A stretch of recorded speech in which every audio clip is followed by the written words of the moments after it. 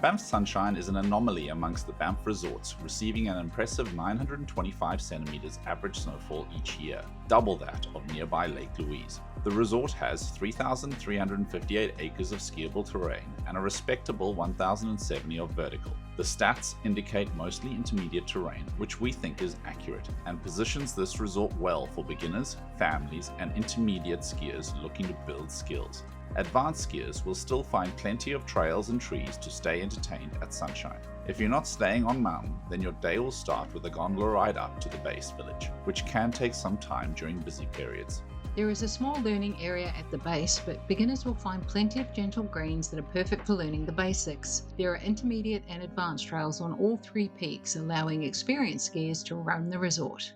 The extent of express lifts, including a few heated bubble chairs and open terrain, make Banff Sunshine hard to beat on a clear day, but there are few places to hide from the weather on cold or windy days. This is a resort for beginners wanting to build skills or intermediates looking to level up. Getting to Banff Sunshine is a little under 2 hours from Calgary, 20 minutes from Banff, and half an hour from Canmore. Check 511 Alberta for traffic and road conditions before you leave Calgary. There are bus and private transfer options at the airport to and from your accommodation. If you are driving, we'd recommend an all-wheel or four-wheel drive with winter tires in case of poor weather, as well as chains to comply with national park requirements. You will need to pay the Banff National Park fees if your lodging doesn't provide a Discovery Pass. There is plenty of free parking at the resort, but weekend traffic is an issue, so consider this when planning your trip. Try to avoid arriving late Friday or returning to Calgary on a Sunday afternoon. There is also a free shuttle service from Banff Hotels to the resort. Ski rental and locker facilities are available at both the gondola base and the resort village. Banff Sunshine has a decent base area with several buildings providing all required services, including lockers, food, tickets, and ski school. There are food and beverage options at each of the base areas. Gondola Base Cafe gives you the option to grab a coffee for the ride up to the slopes or have breakfast while the queue subsides. Goat's Eye is good for avoiding the crowds at the main base and those with a sweet tooth. The Centennial Lodge has the most options, while the Old Sunshine Lodge has Mad Trappers with low ceilings and a European vibe. It's the best après option on mountain. There are separate eating areas at Goat's Eye and the village for those with packed lunches or groups looking for somewhere to warm up. Let's get to the skiing. Banff Sunshine has long green and blue trails that are perfect for beginner and intermediate skiers wanting to build skills and confidence, plus some short black trails for those looking to level up. There is sufficient advanced and technical terrain to keep advanced skiers entertained. The beginner zone between the Strawberry and Standish Express lifts is sheltered but small. This is easy to overlook with the numerous gentle green trails available for beginners ready to brave the lifts. Trails like Creek Run and Rock Isle Road are a good place to start out, while the blues of Strawberry Express like Strawberry Face and Snow Snake are not overly challenging. Tin Can Alley and Wawa Bowl provide a step up in difficulty without being too long. Beginners looking to try green and blue trails have a few options off the Great Divide Express, but should note Green Run has a small rise at Peyto Pass that will require a bit of hiking if you don't hold your speed.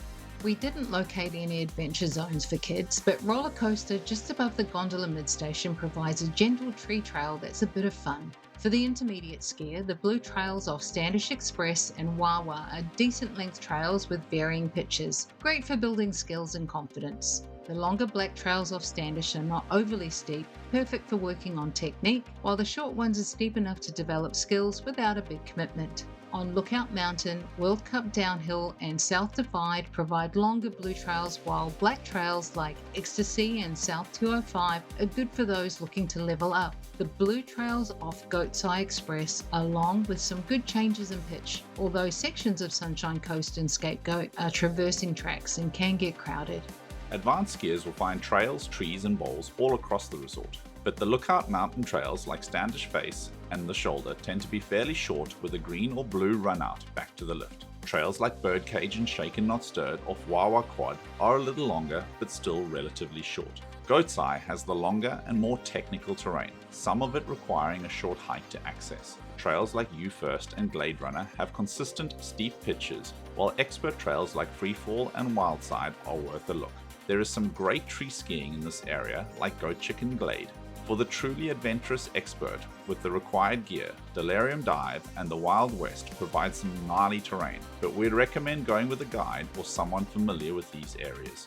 The terrain parks are mainly on Lookout Mountain. Great Divide provides a mix of medium to large features, while Grizzly has some big jumps and rails. Spring Hill has a mix of small and medium features, perfect for progressing skill. Kids Play Park provides smaller features for those starting out or kids looking for some small jumps. There are a few things to be aware of for Banff Sunshine. Mount Standish has an easterly aspect great for catching the morning sun, while Lookout and Goat's Eye are westerly, so get the afternoon sun.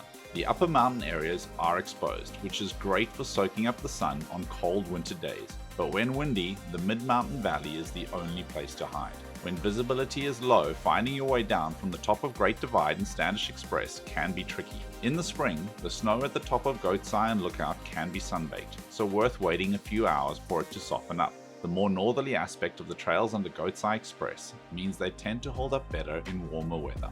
Get in line early at the gondola if you're chasing fresh tracks or corduroy. The lift moves, but it takes a little time to get patrons up to the resort. Goat's Eye is the go-to for advanced skiers, so hop off the gondola at mid-mountain.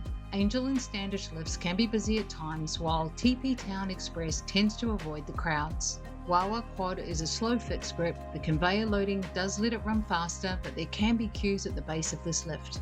It's also worth noting there are a few funnel points like Spring Hill that can get busy and beginners may get nervous due to advanced skiers whizzing by. Powerline and parts of Upper Canyon are very flat and should be avoided by snowboarders. On a clear day, the top of Goat's Eye and Lookout Mountain lifts are the best places for a selfie or group photo, but there are only intermediate trails down from both. The reason why the Sunshine Resort sign is at the top of Standish. Banff Ave and Middle and Lower Canyon are relatively straightforward ways to get down the mountain, but if you're low on energy or have young kids, we'd recommend just taking the gondola down. There are a few places to avoid the weather on the upper mountains, so on windy or foggy days, the Wolverine Express might be the best place to go, but with limited terrain off this lift, it may be better to have a rest day. There are heli skiing and backcountry tour options for those seeking to take full advantage of the Banff terrain. Sunshine Mountain Lodge is a modern hotel at the base village for those seeking a ski-in, ski-out experience. Banff is the closest town for more lodging options, and there are free buses from most hotels to the resort.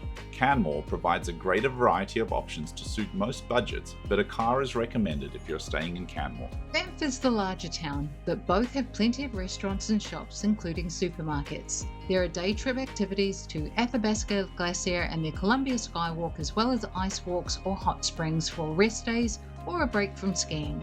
In our opinion, Banff Sunshine has a great mix of beginner and intermediate terrain that caters well to skiers looking to build skills and confidence, while the short black trails are great for those looking to level up without having to commit to a long trail. There are plenty of steep and technical trails, plus some enjoyable trees to keep advanced skiers entertained. The extent of express lifts and high average snowfall make this resort hard to beat on a good day, and it certainly lives up to its name when the sun is out. This is a resort that gives beginner and intermediate skiers endless opportunities to fall in love with the sport. Check out our trail and lift videos to get the most out of your visit to Banff Sunshine.